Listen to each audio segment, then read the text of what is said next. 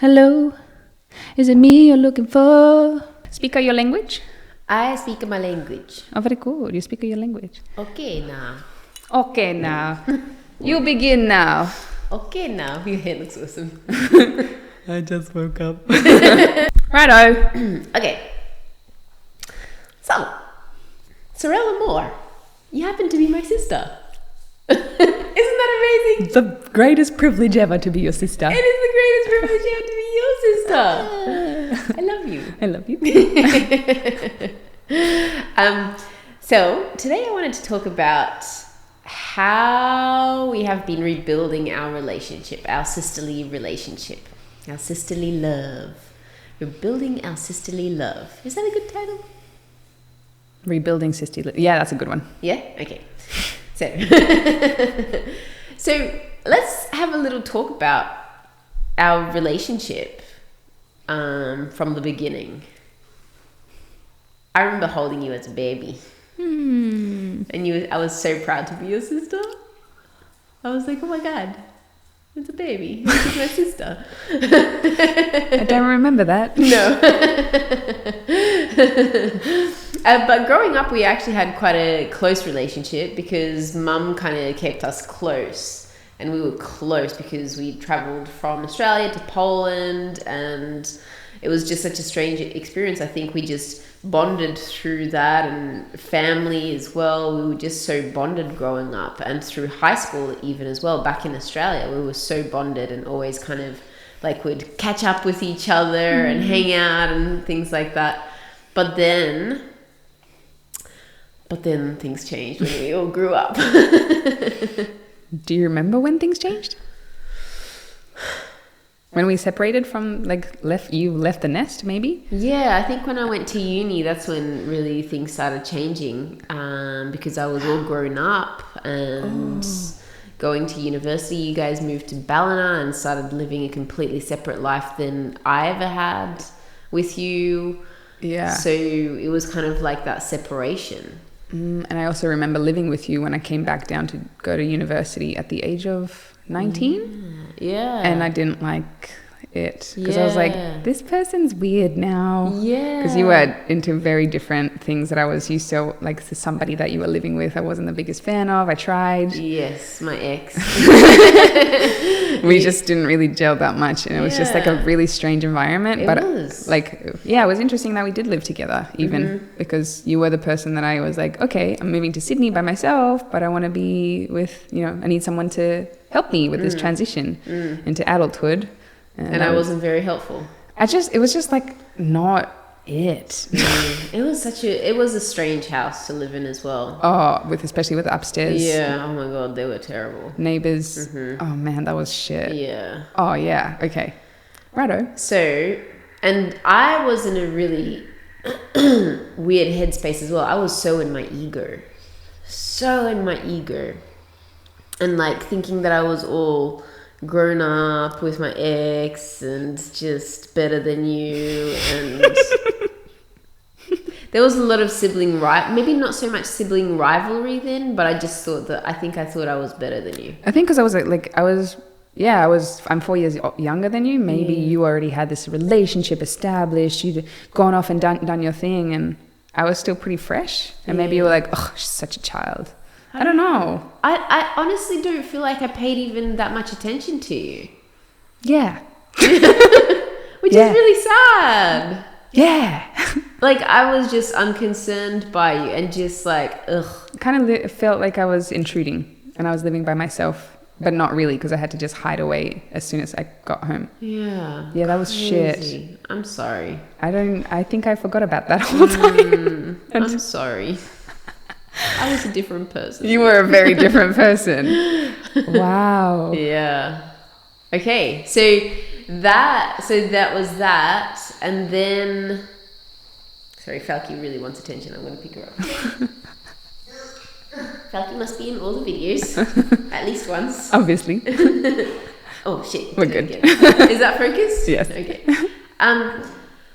So then we kind of really separated, and I remember you went off to corporate and had your own apartment, and I started getting jealous of you because you started saving money And also thinking, I don't know, I think like you were saving money so hard that you had like, I think 20,000 in the bank account, but then were borrowing money off us. And I was just like for little things, like if you couldn't pay for a kebab or something, you would. But I give it back. No, you didn't. I didn't give it back? No, but it was like $1 or $2. Like, and I remember that really, you were so strict with your savings. Oh, yeah. And that annoyed me and my ex so much because we were like, she has so much money in her bank account. I was really strict. Yeah. Thankfully, a recent experience of mine being interacting with someone for a longer period of time where they were not very good with finances taught me to be a lot less intense. Mm-hmm. So that was, yeah. Anyway, that's bypassing. I mean, that's going too far in the future. But yes. Yeah. And so I think sibling rivalry kind of started there. But we also went to uni together. You got me into marketing. I did get you into... Well, and that was actually quite fun. Did we see each other at uni very often? Yeah, we were sitting next to each other, weren't we? We went to together. We went in a different time period. No, we didn't. Yes, we did. Did we? Yes. Oh. Wow, memory's blurred. No, I almost basically finished my degree. Maybe we would have had some classes overlapping. I thought we went... No. Oh. Mm-mm. Wow. Anyway, that time period is a blur. Yeah. And then we worked together as well in pubs. Yeah. So we did stuff together. Yeah. But I think maybe it was one of those moments of like, oh, she's my sister, she's here, she's always around, like taking it for granted, not really wanting to be each other's friend. It's just like, oh, it's my sister. Yeah. But like wanting to be together and close to each other, but not really putting that much effort in. Yeah, it was kind of like an automatic relationship. That's a great way to put it. Yeah. It just was because it was. We didn't really put effort into it or anything like that. True. Just took each other for granted, maybe. Yeah. And then the family dynamics, which I think the family dynamics started, like we were probably still in family dynamics, but I feel like our family dynamics started playing out a little bit later. Once you started getting more successful, I feel like it brought up a lot of stuff in me. And then I feel like the family dynamics that we've had, even though we were really quite close, there was a bit of trauma and favoritism, and I was kind of like a black sheep and all sorts of things like that. And I feel like that started, like there was a lot of stuff that came up for me when you started becoming more successful. Can you tell me like what about my success made that, yeah, what was happening for you? Just a lot of jealousy. I think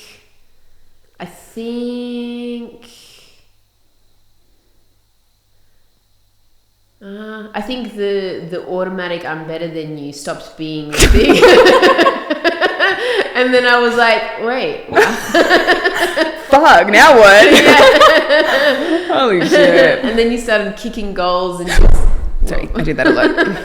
And living a successful life and doing all the things that, you know, we were brought up to do while I was lagging behind. Oh, this is a great therapy session. This is interesting. Yeah. Remembering all of this. Because I kind of have forgotten. Yeah. I'm just like, oh, wow, we're like in a good place. Like, yeah. Cool. But then you look back and it almost feels like a blur of a dream in a way. Because it's not even that long ago. Because this was in my 20s and I'm only 34 now. Yeah. And so it was, what? I would say starting on 12 years ago? No, because I moved out at 25. Moved away from Australia. So it was 20 to 25 that I was experiencing, 19 to 25. So I guess a while ago. Yeah. And that's not too, but wow. But you left when I was 16. You went to a uni far away. Yes. So from 16 until 19, I wasn't hanging out with you very much. I think I felt left out as well. I can imagine. Because we moved to a different place. We were living this amazing coastal experience, whereas before we're living in shitty western suburbs in Sydney. Yeah. Not inspiring. And then we got to live one of the best chapters of my life. Yeah. And I think you come up and feel so distant from us. Yeah. Because we're like, oh, this is what we do here, the Surf Life Saving Club. Yeah.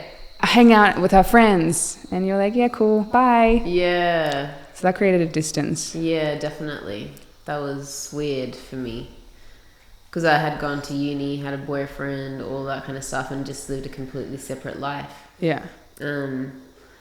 Yeah, so that distance. And then once I remember I felt like I was competing with you, like trying to kind of tell myself that I was just as good at you, just as good as you, just as good as you. And I think my ego, the ego that I had before all the inner work and all that kind of stuff was like, oh, I'm going to be famous and just do all these crazy things and be so much better than everyone. And like, especially my siblings. Sibling rivalry is a bit of a thing. But I feel like we were kind of pitched against each other in our family as well. Like who's going to do better and competition and all that kind of stuff. Even knowing now that Dad has brought me up in conversations with our little sister and being like, oh, look what Sorelle's doing. Oh, look. And then he doesn't talk to you or something. And then he does, yeah. But just even that, when I found out that he was comparing my life to Ola, who's way younger than me, 15, 16 years younger, I was like, how can you do that? Yeah. There's no better or worse, but maybe that's where it came from. Yeah. Yeah, I think it was Dad kind of pitching us against each other. Or like, you got better grades. Oh, look at you, amazing child. And I got a lot of praise for being an amazing child. And only when I was, I think, 30, I remember, last year, 2020, I got a text message from Dad saying, I'm proud of you. And I was like, opened it and I was like, oh, it happened. Wow. And then instantly I was like, oh my God. I've worked my whole life for this moment and I don't even care. Yeah. It was such an empty moment because I was like, I feel like this was one of the first times he actually voiced it. Yeah. And I felt like I was wanting his approval for so long to be like, hey, acknowledge me. I'm famous. I'm rich. People know me. Like, acknowledge me, please. But there was like, I'd get the opposite, like no connection. And, just ignoring me actually. And I was like, what the fuck did I do wrong now? And then when he said, I'm proud of you. And I had this realization of like, oh, I try to get approval for so long and I actually don't care if I get approval. I'm a grown woman. Now, do I actually want to be rich and famous? Or was that somebody else's dream? Yeah. Turns out a lot of it was somebody else's dream. Am I grateful for where I am right now? Yes, because I get to restart with a different mindset now. But I wasn't building my life from an authentic place before. Yeah. And it's so interesting because you received a lot of praise because you were so talented in sport, you were kicking ass and all that kind of stuff, while I was going home getting beaten and like getting put down and all these things. So I was just like the scapegoat of him, like just pushing me down. So I think internally I was just like, why am I so different? Like I was just in so much turmoil. Yeah, you were the oldest, so you definitely you were the one that was targeted. Yeah. And then I remember hating you and Conrad as well and taking out my pain on you. Yeah. Especially Conrad, I think. Yeah. Yeah. And meanwhile, I only had this realization. This is such an intense podcast. I've never spoken about this ever. To people. Yeah. So, hi internet. I had a realization not even that long ago of, oh man, this is crazy I'm saying this. Because we didn't know if he'd come home in a good mood or not. And then you'd always hope, but then you'd expect the worst. So you'd be walking on eggshells. And for him to come back, and then if he was in a bad mood, just grab a belt and say, Stef, into the bedroom. And then all I'd hear is like belts and screams. And I was too young to stop anything. And to stand there and listening to your most loved ones being beaten is fucking horrible. I mean, for so long, I was like, well, no, I didn't really get hit, so I'm okay. But then I had a realization of listening to that is also fucking intense. Yeah. And then as soon as he'd come out of the room and get his anger out, I just put on a happy face, like straight away. So that was me masking my feelings of fear, which I used as a mask for so long, to be like, hi, can I get you anything? Anything? What can I do? Hi, everything's great. Da, da, da, da, da, da. Try to just calm the situation down as much as I could with a smile. Yeah. But yeah, knowing for so long how many years you honestly have had a really hard life. And I always feel like I've just been given the golden pass so often. And it's really weird. Yeah, but also I've started noticing, like, focusing more on your perspective and being a bystander to that, especially at such a young age, is super traumatic as well. And yeah, and even, you know, the perspective, I always thought, oh, you're such a star child, you know, but then the pressure that you had to perform and to be someone in order to get love is so intense. And for some reason, even now, I feel Dad gives me more attention than he does you. I don't hardly ever hear from him. It's really weird. That's crazy, Shrub. Yeah. And I, for years, tried to reach out so many times. Be like, hello. And then like I'd get memes back. And I know he wants to. I don't know why I don't know. That's not my journey, but yeah. And it's okay. I mean, it's affected my relationships with males. I'm still learning this every single day. Yeah. That I make myself smaller in the presence of intimate relationships. They're always right. I'm always like coy. I become coy because I don't want to be intimidating. And if they don't really want me, like lovers, for example, if they're not really into me, or boyfriends that are like not really into me, I'm like, oh, it must be love, and I chase them. Yeah. So it's so many lessons. Yeah. Even that's not because I don't want it. Yeah. But then when I'm given love, actual love, it's like, boring. So these are lessons I'm learning right now. Massive lessons. Yeah. So massive. This is such an intense podcast. But it's so beautiful that we actually are sharing this, because like I think it's like I'm just sitting here in so much awe that you're being so authentic and just sharing so vulnerably, because I feel like it's actually clicking so many things into place internally for me. Oh yeah. And I just think it's really special to talk about, because I don't know if we would have actually had this full-on conversation if it wasn't for these microphones. Hi. Yeah, I mean, I've said these things to people privately. Maybe I didn't realize I hadn't spoken to you about it. So I say them, but I have wanted to voice these things because it is therapeutic to have things out, especially someone that's wired like me, that I love to share things and lessons. Yeah. So having things out there for people to relate to or learn somehow. Yeah. Otherwise it feels like I'm withholding a lesson, but that's only me. Not everybody's this open, I think. Yeah. I think what makes sharing, like, it's nothing of this is scripted or anything like that. We're just recalling memories at the moment and seeing how, and actually just being able to see your perspective and my perspective.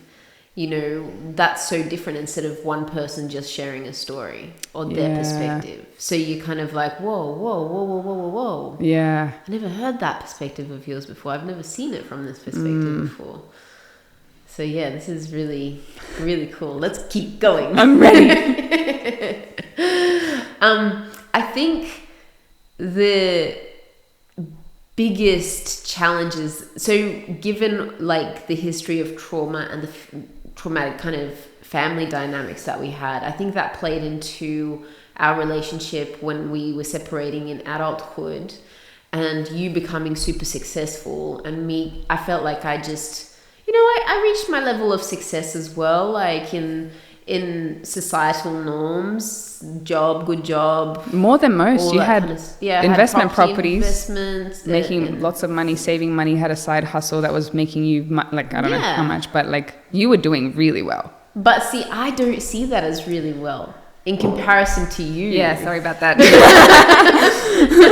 I'm just like, I feel like failing, like constant failure over and over and over and over. Just playing out that black sheep, that underdog of the family over and over and over. Yeah. So that's why it kind of brought up so much stuff for me. I wouldn't want to be my sister. Honestly, like how annoying and intense I am. And I don't know why. As I said, I feel like the universe has given me like the golden pass this time. Everything I touch turns to gold. That's amazing. And it's amazing, but I have felt so much guilt for it. Of like, why me? I'm grateful. I get to do whatever I want. I have finances. It feels like everything I have is like amazing. And I suppose there's some comparison to be like, I don't want to be that person in the family that's always like successful. So for a while there, I didn't tell you so many things that were happening in my life that were amazing. I was like, just shut the fuck up, Sorelle, because no one really cares. I don't feel like there's full joy. And it just is unreasonable how many successes I have back to back to back. Yeah. Successes. Yeah. So I would just keep things to myself. Yeah. I think I've reached now. I feel you're just so over. Like the competition is so over now that there's no way. Like my competition is just like, I can't compete with this woman. And that's been really good because I've let go of that dynamic. Yeah. So it's been really nice from that. But it took so much internal turmoil and so much like, oh, how come I'm so triggered by you constantly? Because I felt like I was constantly triggered by you. No matter what you said, no matter what you did, I was just like, oh, why is this trigger coming up? Like, what is happening? There's always just something. I feel like this change might have happened pretty recently. This reconnecting. Yes. Like really, because I remember not even that long ago feeling this competition and just like I'd say something and and I get a voice note like 3 days later, you just really triggered me with that. And I was like, So obviously I think I've changed massively. I think LA and my time away changed me massively. Healing my sisterly wound with the other women there was really necessary for me because I wasn't ready to do that with you. Chicken is knocking on the door. Can I come play? I'm a sister. But being able to explore like the sisterly wound there and deal with it with strangers gave me a compass of what it could look like to do it. Yes. In our relationship as well. Yeah. Of like you're okay to be vulnerable and talk about sex and talk about intimacy and like hold each other. I don't know, there's a different energy that I've experienced because of the community in LA. I definitely found that ever since your breakup, your energy has completely shifted. But I started seeing you in a different way because not everything has been rosy in your life. Like during COVID, when you were cooped up in Iceland, you were going through it. And that's when I started to see your life as not perfect. Not everything is perfect. And I started to see you more as not a superhuman anymore. I was like, okay, she's human. She's going through shit. I don't know about everything. Yeah. Yep. And then the breakup, but also I started to see that you were out of alignment. The more I learned about inner work and healing and alignment, I started to see flaws, I guess, in your life as well. Yeah. Like not being in full alignment, not being fully happy, and kind of operating more from an ego perspective. And I was just like, oh, maybe I have something to offer. Yay. And you have so much to offer. But also just like, I wanted to kind of help you, even though I hated myself because I was like, I just want to have one thing over you. Yeah. Then I was just like, nah. Whenever we spoke on the phone, I wanted to try to like guide you a little bit or something. Just give you like plant some seeds or something like that. Yeah, but I also didn't want to talk to you. Yeah, no. I was avoiding you. I was Yeah. avoiding a lot of people because I was avoiding having like conversations about my life not being the way that I wanted it to be, and people uncovering that. And I was like, I can't face off with the fact that I know that this relationship isn't right. Yeah. And that I'm really unhappy. Yeah. So I would just hide away and pretend that it was okay. Yeah. Because I wasn't even ready to face off with that with myself. Like, I shouldn't be in this container. Yeah. Do you feel like I don't know, like you just always wanted to paint that perfect image of your life, and what did it mean when it didn't, when it wasn't perfect anymore? It was protecting somebody else's ego. Somebody else's ego? Yes. Your exes? Yeah. Oh, okay. I was wanting to make it look. Yeah. Okay. Well, your energy freed up so much after that breakup. Look, let me just clarify. I'm grateful for it happening, the relationship, yada yada. Learned lots of lessons. He's a great person. We started off on the best footing. So many beautiful things happened. We both served a purpose for each other, and that's it. Yeah. Then at some point it started morphing into what we both didn't want, and instead of releasing it and facing off with that sooner, we pushed too much. Yeah. And then it became resentment rather than, hey, I think maybe it's time to either stop this or let's talk about it. Realignment. And communication is really important in relationships, being able to really have those freaking hard conversations. I was more willing. Yeah. So that made it also really difficult to try to find a resolution. So the only option was breakup. Yeah. And then you just it's kind of like you were born again. Yeah. I know. I feel amazing. Yeah. Because it was, to me, from my perspective, it feels like exactly what you needed to free yourself and to become yourself again. Oh yeah. Because you just were so dulled down. And I don't want it to be. I know. But I'm just talking energetically. Yeah. I was dulled down in my relationship because it wasn't in alignment as well previously. Yeah. I suppose how does it happen? Because it didn't start, none of this started like that. Obviously you don't go into a relationship where things are like that. Yeah. And what happens along the way? How do you change? How do you, maybe as a woman, because I've learned to suppress my needs and my desires from an early age of, you guys are getting beaten. I'm fucking terrified. I just want to cry. Instead, I'm like, everything's fine. Yeah. So that's maybe where I learnt it. That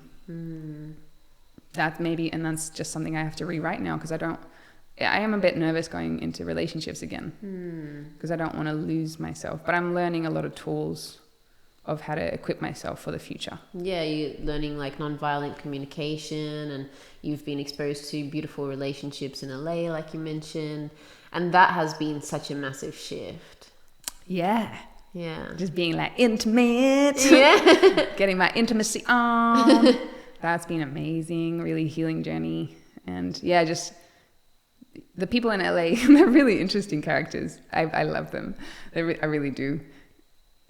It's just a different way of communicating and living in the world. Energetics. They are some of the most, I don't know, they're just very high caliber people, I think. So I got to learn and absorb a lot of information from those people on all the topics that I needed at the time. And LA served its purpose for that. So what were the key things, do you think, that kind of switched our relationship around, and now we've recently been able to communicate so much better and just have a much better relationship?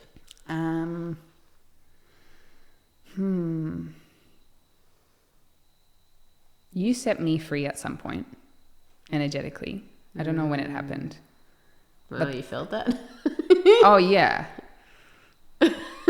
Did you do it on purpose? Like, did you have like a witchcraft journal? Possibly. Great. So I'd say that was a big one. Yeah. I felt the energy shift from like, no matter what I said, I always felt like I was wrong or guilty or I've done something. Yes. And then soon after, I was talking to you and things were different. Mm-hmm. So thanks for that. No worries. I feel like I had to.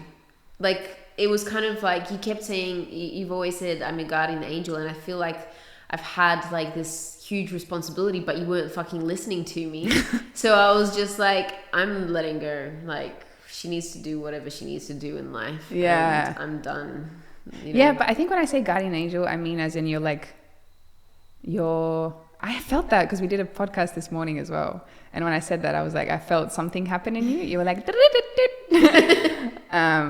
when I say that, I mean as in I watch you and I observe you do certain things, and you're like, just by you living your life, you're steering me in a different direction, even though that's probably a lot of pressure. But I don't do everything that you want. No. I don't do everything that you do. For example, like living in a farm.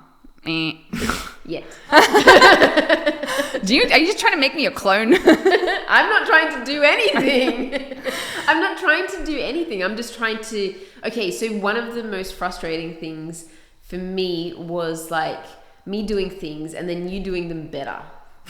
Yeah, I know. And that was so annoying for me as well, because I knew that you knew, like, but then I had this realization because I was like, well, the fuck? She's teaching this to people. She wants people to know it. And then I'd like learn it and understand it. And then I'd want to talk about it. But then I knew that you were in the background like, oh my God, she's taking my stuff again. And she's talking to people about it. And like now she's the teacher of it. Whereas I was like, well, she wants more people to know about it. Yeah. But that's why I keep crediting you as much as I can. I'm like, my sister. Because it's true. Like, you're the one that introduced me to these things, but I talk about it, and it just so happens I have a bigger platform than you. Yeah, no. So there was a point in time, because this thing of like competition, or like, it's like we have some kind of an attachment. I felt like there was some kind of an attachment that we had, and I was just trying to figure it out. Like, I don't feel like I have my own personality. I don't feel like I have my own things, because as soon as you learn it, you kind of go, oh, this is me now. And I'm just like, what is me? Yeah. What is me? Like, what is my thing? Yeah. What can I excel at? What can I be better at? Like, what farming. Yeah. Pottery, menstrual talk. Thanks for your permission. There's so many things. But it was weird. We even had this realization at some point, because you were like, stop being like me. And I was like, I just like these things. Because I think we finally realized, because we both did something at the same time, or very similar, like as an activity we both wanted to be engaged in. Maybe it was during 2020 and we were like, hey, I'm doing this thing. It's like, I'm doing this thing. And it was like, what the fuck? Yeah. And I think that's when we realized, or maybe you realized, like, oh, we're just similar. I feel like at that time, I was like, are we like the same soul in two separate bodies? I know. I was just trying to figure out this relationship dynamic and what is lesson, what is lesson, what is lesson. And I feel like now I've gotten to a stage where I'm like, she's just gotta, like, she's her own person. I'm not responsible for her. Mm-hmm. If she wants to ask me things and whatever, we can talk. Yeah. But I think I just want to talk. The more I talk to you, the more I like you now, and the more I understand you. Like, I just want to get to know you better. Yeah. Yeah, and I agree with that. I think there was a time where this is something I'm going through right now, because of the DMT like mess up and how it changed my brain, of being so grateful for people being in my life and me being alive and having them in my life, and also noticing how precious time is. I'm like, sometimes I just remember being like, oh, when I go to Mum and Tim's and we have dinner, it has bugged me so much. Like, why are we sitting and we're not talking to each other? Like, often we have dinner in silence. And I'm like, I don't want to do this. I never enjoyed it. And I was like, well, guess who has a potential to change that? Me. Yeah. So now I try to ask questions and engage and find out what people are up to. And I think one of my friends in LA is the most playful person I think I've ever met. And so everything is a game. Like, I was talking to him on the phone the other day and I was like, I haven't played for so long. He's like, let's play a game now. It's like, guess the sound. And I was like, okay. And it was fun, but it was just like this 5-minute game. And so also realizing that you have the capacity to shift your relationships, but you have to sometimes instigate things. Yeah. And make them more playful. Yeah. And another thing that I recently learned was do the things you want to do and don't do things you don't want to do with your family as well. So instead of, I'm here in Australia for 2.5 weeks, not a very long time. Last time I was here for 3 months, I was with you guys almost all the time. Like, I was between your house and mum's house, and then I'd go to the beach every now and again. But this time, I don't really enjoy this area as much. I love the beach and I wanted to be here in the beach more. So I was like, well, I could be around this area and just not... and have this thing inside it that's just like, I'm a little uncomfortable. Or I could do what I need to do and feel like my cup is being filled up, and then spend quality time when I'm with them. Yes. And so come over for lunches and this kind of stuff. And I also wanted to elevate you because I realized that I wasn't elevating you as much as I should have. This is like a full separate thought process. I have a lot of thought processes. Hello, welcome to my brain. But... like, you're such a great person, and I elevate my friends a lot, and I was like, but why wouldn't I do that with my family? That's a question that I've had on my brain too. I wasn't ready because you also, for a while there, you were losing your mind a bit. So I was like, I don't want to send people to my sister that's lost her mind. I was going through things. But now I know you have some, not that, yeah, I just feel like now you're more grounded. and you have things that are really important to offer people. Yeah, it feels like even with everything that I've been doing, I definitely feel like way more grounded and kind of feel like there's more direction and more clarity in what I do, whereas before I didn't really know. And I feel like through my experiences, I developed my own kind of ways of doing things as well. It's not just someone else's work. And it's interesting. But I often wondered that. I thought you kind of like hated me, or just there was some kind of a competition of like you always wanting to be on top and not wanting any of us to even get close to that. I think there was maybe you raised that and I had to look at that and be like, is that true? I think there was a part of it that might have been because sibling rivalry I think is kind of real. And I remember even as a competition, it was a very subtle competition that Connor and I had, which was how many countries, like whoever can travel to the most countries. And we were on par for years, like back to like together. And it was like, I've got more, you've got more, I've got more. And then I just went and exploded. And I think it deflated Connor as well. Like, oh, okay. Right. Yeah. Okay. So I felt a lot of people actually, I felt the family shift and you and Connor disconnect from me a bit. But there was a part of me in the ego being like, I traveled to more countries. Look at me.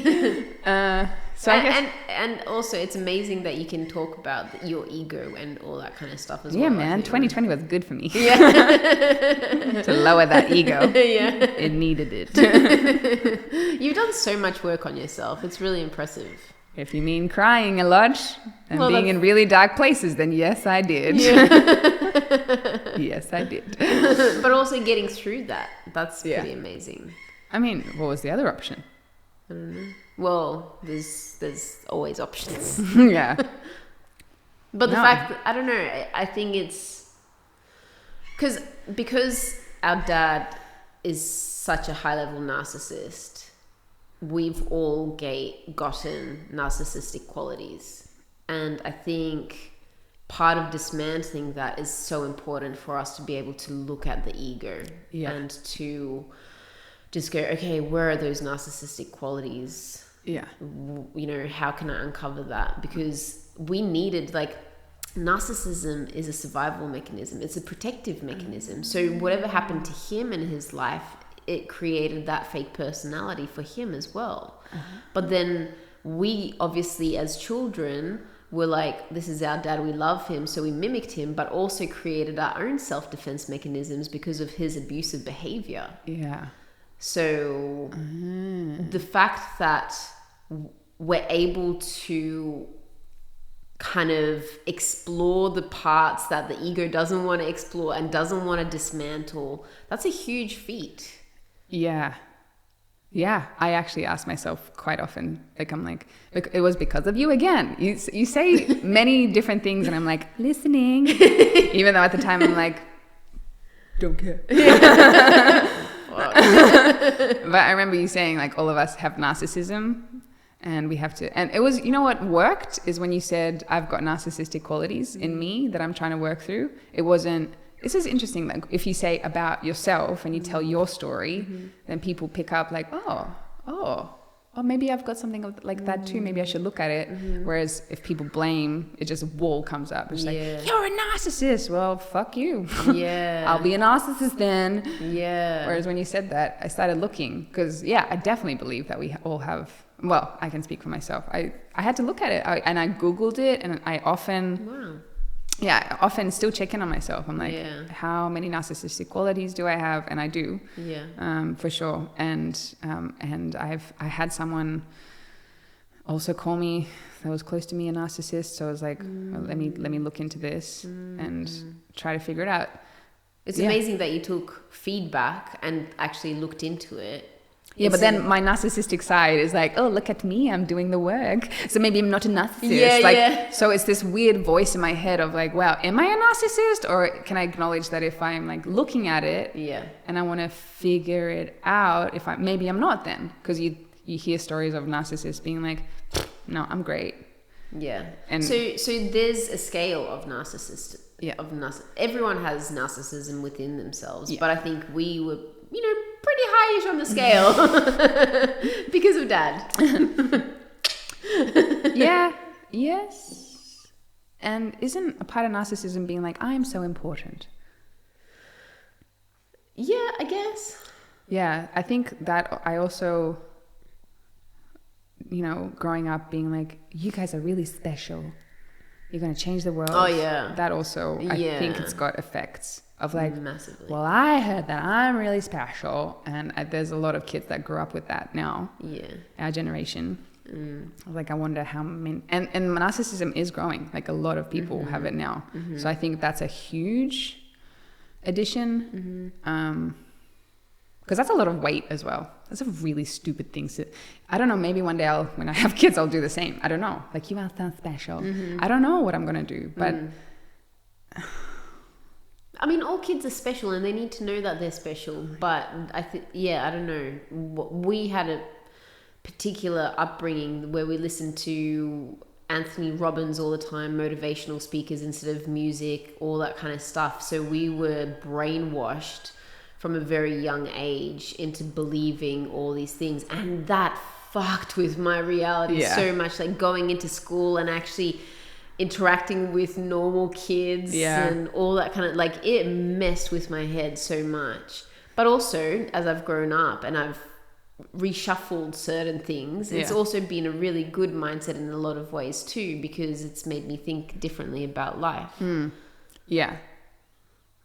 I just, for some reason, want to mention this, but now because of my social circle being kind of small, and I more or less don't have any friends that are, I have some, very few friends. Most of my friends are entrepreneurial, really successful, because career successful, because it's just, we can talk about like problems. Whereas if you say you have a problem to the majority of the world, they'll be like, oh, you have everything, you have no problems. So we are in this like little smaller bubble of already people that are seen as special. So I don't know, does that further create narcissism in my life of like, oh, I am so special because I'm hanging out with these really incredible beings, but it's because I can't share my problems with most people. What is that? Oh, beeping. We're good. Battery charged. Okay. Yeah, I think it's important for you to have that circle of people that can relate to you and what you're going through, though. Oh no, there's no other way. Yeah. Because talk therapy is real. So being able to talk with our friends about our problems needs to happen. And it just so happens that I have to find friends that are on a similar page to me. Yeah, definitely. So. Yeah. I think the problems with that happen is when you seclude yourself too much from just everyday people. Yeah. Because that's actually one of the things that I found also with going broke and just like deleting all of those fantasies of, you know, how much money I need to make and what I'm, you know, all that kind of stuff that we were brought up with. Just being able to relate with people that are really fucking struggling. Yeah. Holy shit. Like, I have so much more compassion and just empathy, and like, this shit is hard. Like, not having money and living in a world where prices of groceries are going up and the price of everything is going up, and everyone like is just trying to scramble their way out. It's hard. It is hard.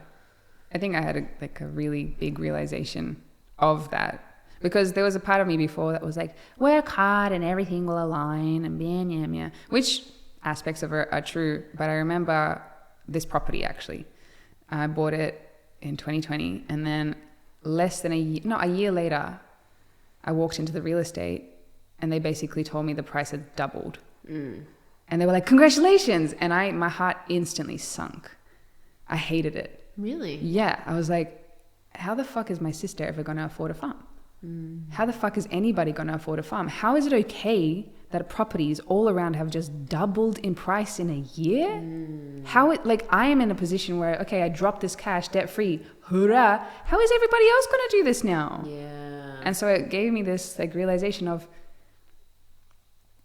I am definitely living a very privileged life.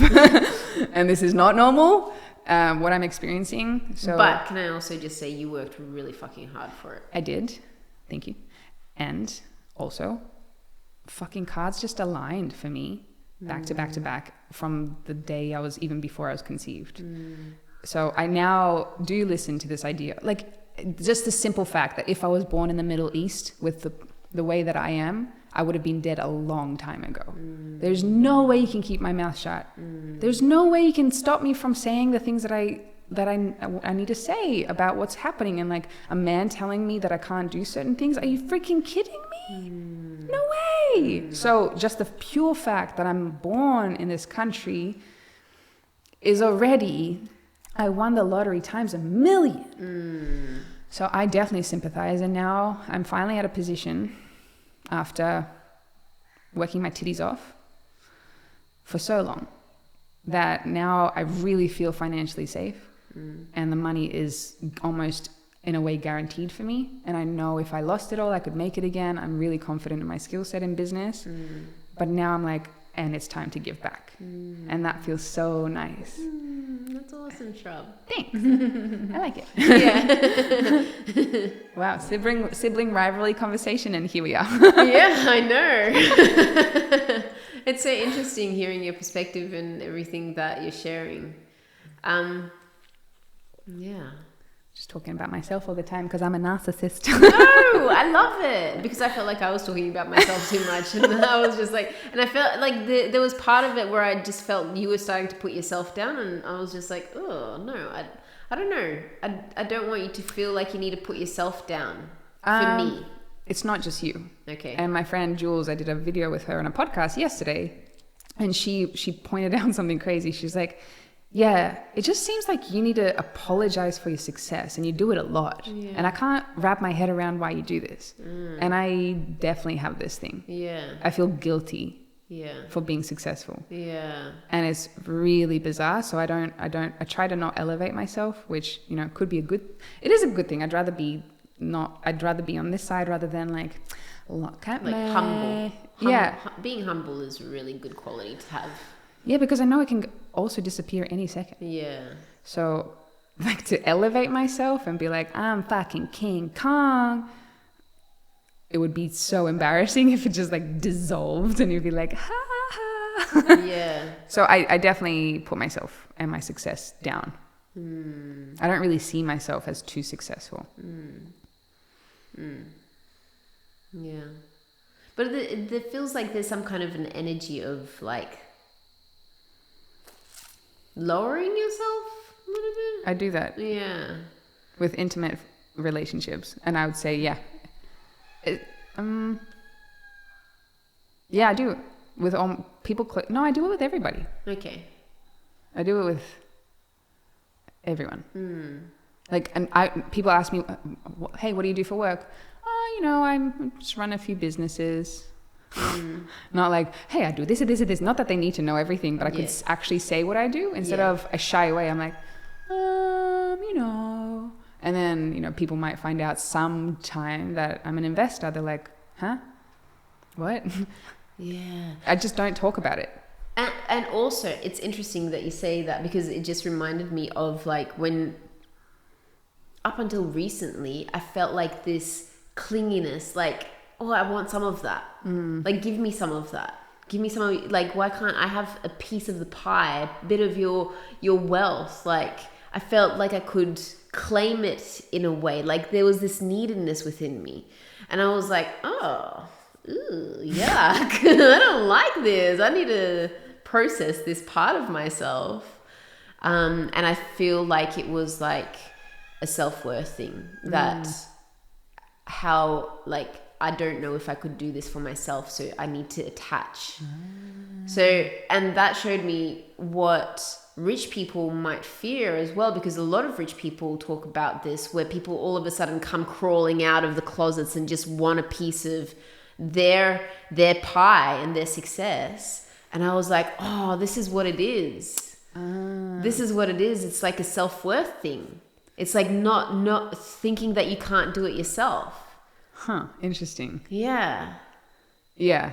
Maybe also partly I minimize myself so that people will see me and not my success or my wealth or any of that. So it's like, if you want to be my friend, you better be my friend. Yeah. And not because I have a following or someone. Maybe I do it subconsciously just to know who the real people are. Yeah. Well, I think you need to be testy. Yeah. I think you should be testy with any relationship a little bit, just to see if it's in alignment, and you know, whether it's a romantic relationship or I test friendship. People. Yeah, exactly. I can smell your bullshit really far away. Yeah, exactly. Yeah. And I don't want to make people feel uncomfortable as well around me if I'm in a different level. Yeah. So, but I will look. I need to figure out what it is why I shy away and like minimize myself, because that is something that's coming up. Interesting. Even I'm talking to someone right now that wants to build up a business with me. Like, they specifically chose me to build up a business as fucking life-changing. And they're like, no, you. And I was like, maybe somebody else. No, you. It's like, okay. I don't know why you're choosing me, but okay. Yeah. Could it be like a self-worth thing? Somebody in my life made me feel like I wasn't capable. Yeah. That I wasn't a very good business person. So I think I'm rebuilding myself. Yeah. Well, you're pretty fucking amazing. Let's see. Let's see if I can. But you just, I don't know. I feel like we've come to a stage, and I'm sure many, things will still come up, but I feel like we're at a stage now that we can talk through it. Yeah. And we can just say, this is what I'm feeling, and just plonk our shit on the table, and then kind of dismantle it a little bit and talk through it. Yeah. And I feel like we're at a stage that, we might have disagreements, maybe even fights, but we always come back to love, no matter what. And I think that's also the bond from childhood. Yeah. It's a pretty strong bond. It's a really strong bond. Like, nothing can break the love. And hopefully nothing can break the love, because I love it so much. I don't really know what could possibly break the love. Like, yeah, we've had people trying to pull us away from each other and separate us. Yeah. But it's like you, me, Mum, and Conrad. Like, we are the four musketeers. Yeah. Like no one fucks with us. Yeah. Even though we might like not like each other for a while or go away somewhere, it's like nobody fucks with us. Yeah, exactly. In this bond. Yes. Yeah. Yeah, and I think just communication itself has made the biggest difference. Being able to talk and understanding triggers, understanding our trauma, understanding the family dynamics. Yeah, all of that that knowledge, for me at least. You doing work, me doing work. Yes. That's big. Yeah. And that's one thing that I noticed when I started doing the work, my relationships with family changed, even with mum as well. Yeah. That was probably the first relationship because I was living closest to her that I noticed that was starting to change. And then yours and mine. Yeah. Still got some work to do with Conrad. I think we'll get there. I hope so. I really want to. Oh, yay. Yeah. Good. Nice. Yeah. But inner work just shifts so much. Yeah. Just looking at ourselves and analyzing ourselves and also gratitude for living. Yeah. Because then you remember, oh, this could end. I could drive down the road and it could be the end. So what's the last conversation I had with that person? And of course, sometimes it's hard and you try and not everybody you can get through to. And that's just at some point accepting, okay, I've really tried to make this relationship work and it doesn't seem to want to work. So maybe also releasing that, but as much as possible, like, it's not anybody, like, you didn't do anything to me. It's my shit. It's my responsibility to look at why I'm triggered. So full self-responsibility as to why I'm reacting a certain way or why I'm acting a certain way. It's not you. And I think that's a lot of relationships where they go wrong. It's like, you made me feel. Yes. It's like, bullshit, you made me feel. You decided that you were going to feel this way because of that, because you didn't put up a boundary, or you didn't state what you wanted, or you didn't say, like, that's not okay. Yeah. Like, no one makes you feel something. Yeah, definitely. Yeah, it's so true. And in regards to relationships where we don't feel that we can make them work, sometimes I think we have expectations of what a relationship should look like. And I've kind of come to a place, especially with Dad, where I'm like just trying to love him where he's at. I know. I'm kind of there. Yeah. Because I know he wants it so bad. I know he's like just a hurting man, and he so badly wants it, and he's trying. He really is trying. He fucks up a lot. Yeah. He really does. Yeah. But he's really trying. I know. Well, I think now more so. Yes. Because he's also realizing there's a ticking clock. Yeah. He's talked about time going past so quickly, and he knows that, you know. And he's still in the point where he's mourning time passing rather than embracing time passing. Yeah. And making the most of it. Yeah. He's sad about it passing rather than like, it's passing. Yes. I can't stop it. Yeah. Kind of living in the past, I guess. Just trying to stop it. Yeah. I find that he like just being so upset that time has passed. It's like, yeah, it's not going to stop. And the older things have changed. And things have changed. And the older we get, I feel the time, because you experience so much more. So obviously there's more experiences in your life. So it feels like a year is less than a year when you're a child. Like a year when you're 1 year old is your whole life. Yeah. A year when I'm 34 is like, it's 1/34th. A year when you're 70 is 1/70th. Yeah. So it just goes much faster in a way, comparatively. Yeah. You can't stop it, but what you can do is like, okay, I have dreams. I want to reconnect with these people. I want to learn to make music. I want to do this like now, because time is not stopping. And also, we don't know how much time any of us have. Exactly. It's so crazy. I've been listening to Joe Rogan podcasts a bit, and he keeps talking, like bringing these people on that say we could have a comet hit us, or the poles might turn suddenly, and all these kind of. I'm like, there's so many things riding against this planet and against us. Like, things could shift in an instant. But fuck it, then we'd be all dead. What's more impactful is like if somebody, and this is the scariest thing for me, if somebody drives on the wrong side of the road, or someone hits you, or you choke on a macadamia or some shit. That's scary to me. Yeah. Because none of us are guaranteed 70, 80, 90. Exactly. None of us. Exactly. And we pretend like we are. Yeah. Yeah. Ugh. And I think also we need to change our relationship with death as well. and Yeah. and while we mourn, also celebrate the life that was and try to elevate that person traveling wherever to the next level. I would say most people don't look at death, though. I think they're numb to the whole concept, so they don't look at it because it's too petrifying. Even now, I'm just talking about it. I have all these emotions coming up, like, oh, I don't like. What if something happens to someone? Yeah, I know, it's really, really intense. Yeah, it's crazy. So it's kind of I kind of feel the same way. Like, I think about death a lot, and I think that has been the greatest teacher of being grateful for everything that we have in life and just really being present with what we have. And I'm learning to connect more deeper with people and have better relationships and spend more time. And cull the shit that's not as important. Exactly. And I just want to spend more time with you because you're awesome. I want to spend more time with you too. Sorry, I'm leaving tomorrow. When are you going to invite me on one of your adventures? You never told me you want to be invited on it. I've been waiting. I want to be part of your life. That's bullshit. You can't wait for me to invite you, but now that I know you want me to invite you... I just don't have any money. That's the issue. Well, then let's find a way that I can bring... Because I've tried to bring along, like, Ola for some... I'm like, wait, I could ask for 2 tickets to a place that I go to. But I don't do brand deals very much. Yeah. But I should be like, hi, you want me in this country? Yes, 2 tickets. First class, please. Steph, guess what? We're going to Paris. And I'll be like, shit, I can't leave the farm. I got animals. That's also the thing. You're a little bit more tied up. Yeah. But if there's a cool trip, we'll try to make it work. Yeah. I want to have more adventures with you and just do cool stuff and just be more a part of your life because, I want to celebrate every day that we have together. Yeah. Me too. I like that. Cool. Now that I know, I'll consider that. That you actually want to come on a trip.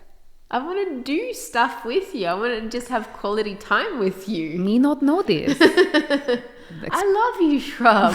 Do you know how much I freaking love you? I love you so My heart hurts sometimes because I love you so much and I just want to say, fuck. I just want to spend time with you. Yeah.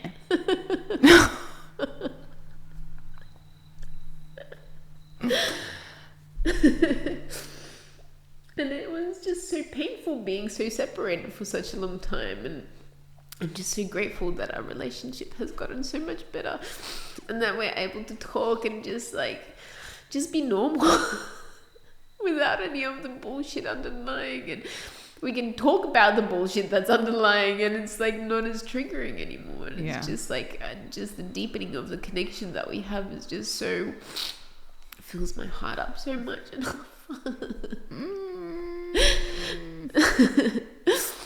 just love you. You're my sister. I want to go to Burning Man with you. Okay. That's awesome. This just opens up so many possibilities. We can do travel stuff. Can you acknowledge my tears? I know, I was literally about to be like, and I want to acknowledge your tears and how much you love me. And I don't know how to, it's weird. My body just went into this weird, like, how to react. Oh, you're a narcissist. That's why you're not reacting normally. Fucking hell. No, it was probably a bit much. No, it's awesome. And yeah, and I love you so much. And I'm not crying right now, but I love you. I think I've never really said that to you properly before. Like, I don't know if it's ever really gotten through how much I love you, because like I feel like I've been sitting on the sidelines and just trying to connect, but I never really maybe didn't even fully have the opportunity to just like look into your eyes and just tell you how much I fucking love you and how much of an amazing person I think you are and how much you inspire me in life and how grateful I am for everything that you do for us and for me, because I see it all and I really appreciate it, and I just now we're both gonna cry.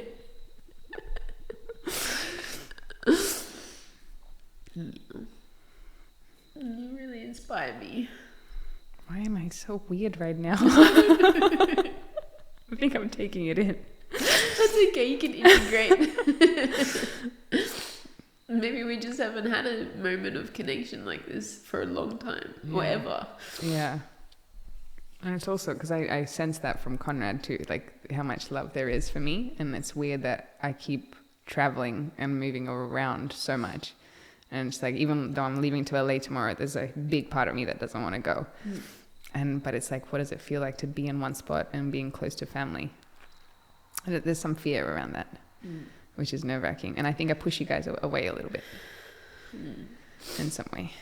So, yeah. But I love you so much. I love you too. Thank you for sharing that. And it's like the same with me. Like, I don't know how I would fare on another family holiday, because the last one was torture for me. Last one we weren't ready. Yeah. We had a lot of bullshit still that we didn't look at. Yeah. I think we need to do a lot better now. I actually really think we do a lot better. Yeah, maybe. I need to talk to Conrad a little bit more and just see how I can connect with him. Yeah, and he really wants to talk to you. Yeah. I think I know that he actually wants to talk to me. Conrad is awesome. Conrad is so cool. Yeah. His heart is so big. Yeah. He's so loving. Yeah. So caring, just like you. You guys are amazing. You're amazing. Thanks. I love you. I love you too. Is there anything else that we want to say to the internet? To the internet.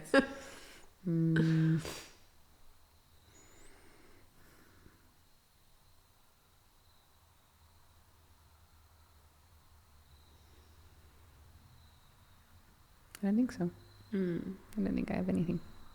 Just that it's worth it. It's worth working on yourself so you can have a connection with people. Yeah, definitely.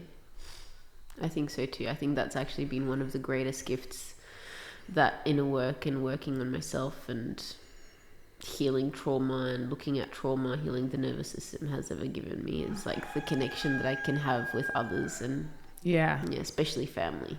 Yeah. Because everything has shifted in terms of relationships. Yeah. Yeah. I love you. I love you too. Thank you. Thank you. Okay, now we hug? Yes, we hug. Okay. Feels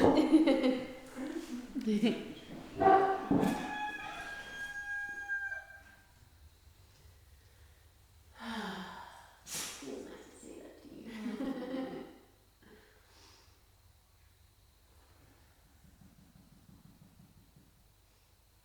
I've always known you love me that much.